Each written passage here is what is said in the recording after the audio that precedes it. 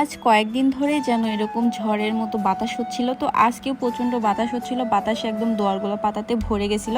প্রথমে ঝাড়ু দিয়ে দোয়ারগুলো পরিষ্কার করে নেয়, এরপরে মোছামুছির কাজ করে। তো এদিকে এসে দেখি রান্না বান্না হয়ে গেছে। আজকে আমি সেভাবে ভিডিও করতে পারিনি। আজকে রান্না ছিল কুমড়ো বড়ি লাউ দিয়ে ডিম ভেজে রান্না করা ছিল, সাথে ছিল কচুর ঘন্ট, আরো ছিল কলমি শাক ভাজি, ভেন্ডি ভাজি।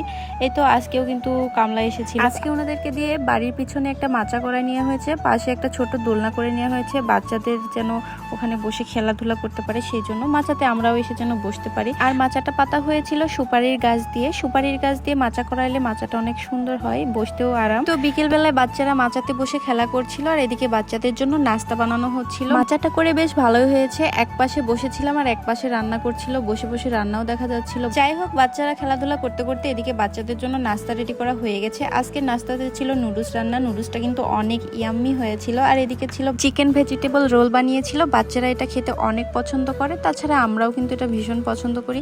যাই হোক, এই তো ছিল আজকে বিকেলের নাস্তা।